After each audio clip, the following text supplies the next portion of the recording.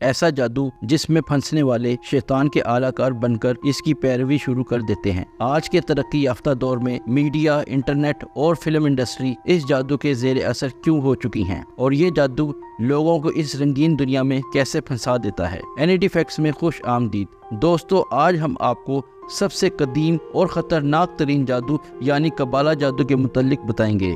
دوستو، ایلومیناتی نامی خفیہ تنظیم سے آپ ضرور واقف ہوں گے۔ یہ شیطان کی پوجا کرنے والی خفیہ تنظیم ہے جو شیطان کی غلامی کے علاوہ کسی مذہب کو نہیں مانتی، اور ان کے نزدیک شیطان کی پوجا ہی اصل مذہب ہے، کیونکہ ان کے مطابق ان کے پاس ایک ایسا علم ہے جو دنیا میں کسی مذہب کے پاس نہیں، اس لیے یہ اپنے آپ کو سب سے برتر سمجھتے ہیں۔ یہ علم بابل کی تہذیب کا وہ کالا جادو ہے جسے قبالہ کہا جاتا ہے۔ یہ ایک شیطانی علم ہے جو مخصوص علامات اور نشانات کے ذریعے کیا جاتا ہے۔ قبالہ جادو سے جڑے لوگوں کی دنیا باہر سے تو رنگین اور حسین نظر آتی ہے، لیکن اندر سے بہت گھناؤنی ہوتی ہے۔ دراصل قبالہ جادو شیطانیت اور سفلیت سے متعلق ہے، جس میں مختلف نشہ آور چیزوں، جادوئی عملیات اور ہیپناٹزم کے ذریعے دماغ اور لوگوں کی سوچ کو کنٹرول کیا جاتا ہے۔ یہی وجہ ہے کہ قبالہ جادو کو جادوئی دنیا کا سب سے خطرناک جادو کہا جاتا ہے۔ دوستو، قبالہ کی ابتدا بابل کی ہزاروں سالہ قدیم تہذیب سے ہوتی ہے۔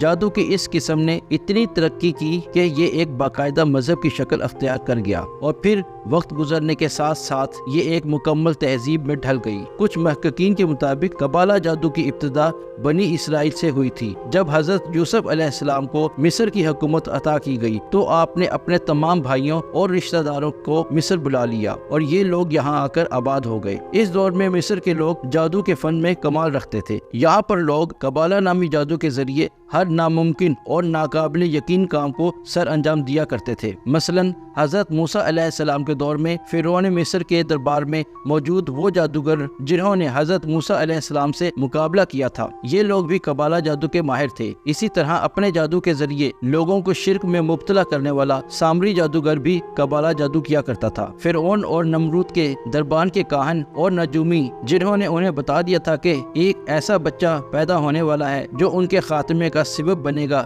یہ پیشن گوئی بھی قبالہ جادو کے ذریعے ہی کی گئی تھی۔ لیکن ایک وقت ایسا آیا جب حضرت موسیٰ علیہ السلام کو اللہ نے حکم دیا کہ وہ اپنی قوم یعنی بنی اسرائیل کو لے کر فلسطین ہجرت کر جائیں۔ لہٰذا حضرت موسیٰ علیہ السلام اپنی قوم کو سمندر کے راستے نجات دلوا کر مصر سے نکل گئے، اور فرعون اپنے لشکر سمیت سمندر میں غرق ہو گیا۔ حضرت موسیٰ علیہ السلام اپنی قوم سمیت فلسطین میں آ کر آباد ہو چکے تھے۔ چونکہ بنی اسرائیل نے مصر میں کئی برس گزارے تھے اور قوم فرعون میں رہے تھے، اس لیے ان کے اندر بھی غرور اور تکبر پیدا ہو چکا تھا، اور وہ ماہر جادوگروں کا علم اور دنیا پر حکمرانی کرنے کے حربے بھی سیکھ چکے تھے۔ اس لیے بنی اسرائیل مصر آ کر رفتہ رفتہ سرکش اور نافرمان بن گئے، اور مصری جادوگروں سے سیکھنے والے قبالہ عملیات اور جادو کو اپنے مقاصد کے لیے استعمال کرنے لگے۔ بنی اسرائیل نے جادو میں مصری جادوگروں سے بھی زیادہ مہارت حاصل کر لی تھی، اور اس جادو کو اپنے دشمنوں اور مخالفین کو نقصان پہنچانے کے لیے استعمال کرنے لگے تھے۔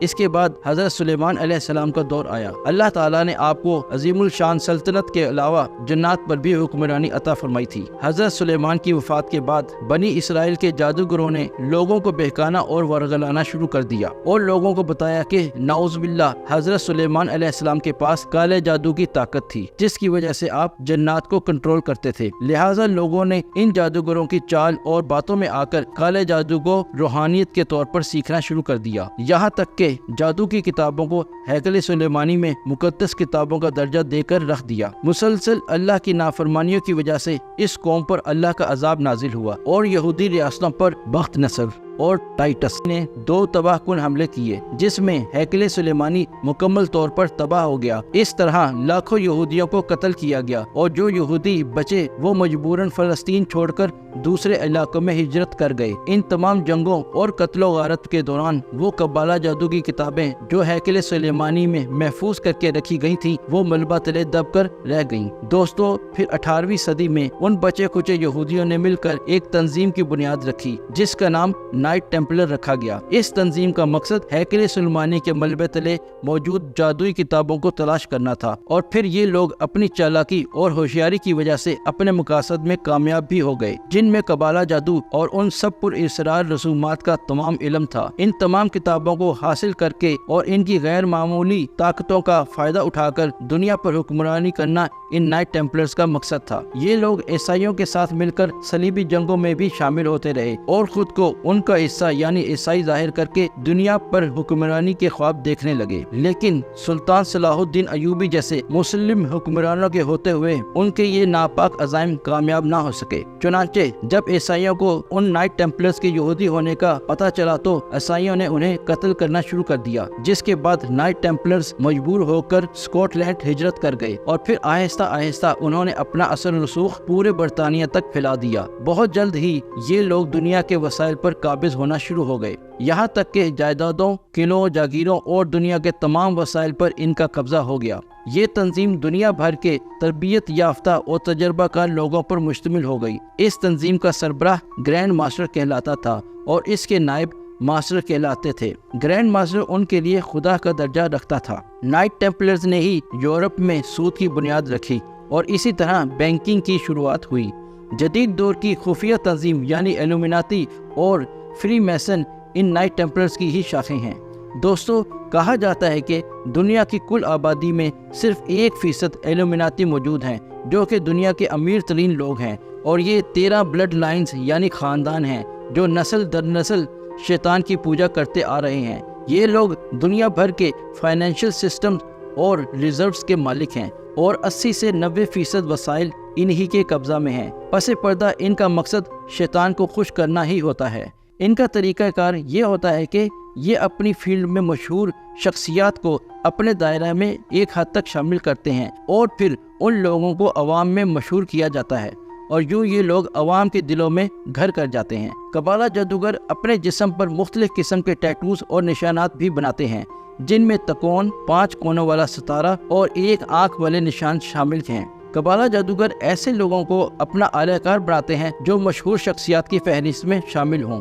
आजकल के दौर में टेलीविजन पर मशहूर सितारे और सेलिब्रिटीज जो दिल लुभाते नजर आते हैं वो भी इस कबाला सिस्टम के तहत चल रहे हैं। यही वजह है कि आज इन्हें कोई गुनाह नहीं लगता। बेपर्दगी और बेहयाई इन्हीं चमकते हुए सितारों की वजह से आम की जाती है। लोग अपने दीन और मजहब पर अमल करने की बजाय इन्हीं स्टार्स के नक्शे कदम पर चलते दिखाई देते हैं और इन्हीं स्टार्स को अपना रोल मॉडल मानते हैं और इन स्टार्स की तरह ही अपना रहन सहन अपनाने की कोशिश करते हैं। दोस्तों, कई मूवीज, गाने और डांस इस कबाला जादू की मदद से ही तरतीब दिए जाते हैं। यही वजह है कि जब लोग उसे सुनते हैं तो इसमें इतने मगन हो जाते हैं कि इन्हें अपनी कोई खबर ही नहीं रहती। इन्हीं म्यूजिक के जरिए लोगों में कबाला के असरात सरायत किए जाते हैं और लोग बड़ी आसानी से इस जादू का शिकार हो जाते हैं। इन गानों में बेहयाई, बेशर्मी, फहाशी, कुफ्र और शिर्क और यहाँ तक के शैतान की पूजा तक की बातें होती हैं, जो लोग बगैर समझे और बगैर गौर किए 20 घंटे सुनते हैं और इसके असर में गिरफ्तार हो जाते हैं। दोस्तों, इसके अलावा सोशल मीडिया पर मौजूद पोस्ट, रील्स और बेशुमार मवाद ऐसे हैं जिनका मकसद ही यूजर्स को खुदा से दूर करना और शैतान और इसके पैरोकारों से मजीद करीब करना है और गुनाहों के जाल में फंसाकर इस कदर मसरूफ कर देना है कि वो शैतान के आलाकार बनकर मौत और उसके बाद की जिंदगी को भी भूल जाएं। आज ये इल्यूमिनाती और शैतान के पैरोकार इस कबाला जादू के जरिए टेलीविजन और मीडिया को कंट्रोल करके हमें वो सब कुछ दिखाते हैं जो वो दिखाना चाह रहे हैं। इन तमाम शैतानी चालों और हीलों का मकसद लोगों के अंदर इंतशार, जिनसी बेराह रवी और बेहयाई पैदा करके शिर्क और कुफ्र की तरफ गामजन करना है, ताकि ज्यादा से ज्यादा लोग गुमराही का शिकार हों और शैतानियत को अपनाएं। दोस्तों, आज हम खुद कुरान और हदीस से दूर होकर तो हम परस्त बन चुके हैं, जबकि शैतान के हर शर और चालों का हल कुरान शरीफ में ही मौजूद है और हम कुरान और सुन्नत पर अमल करके ही अपने ईमान की हिफाजत कर सकते हैं। अल्लाह ताला हमें कुरान और हदीस पर अमल करने और शैतान के शर से बचने की तौफीक अता फरमाए, आमीन। दोस्तों, उम्मीद है कि आपको आज की वीडियो बहुत पसंद आई होगी। मज़ीद इन्फॉर्मेटिव वीडियो देखने के लिए हमारे चैनल को सब्सक्राइब कीजिए। शुक्रिया।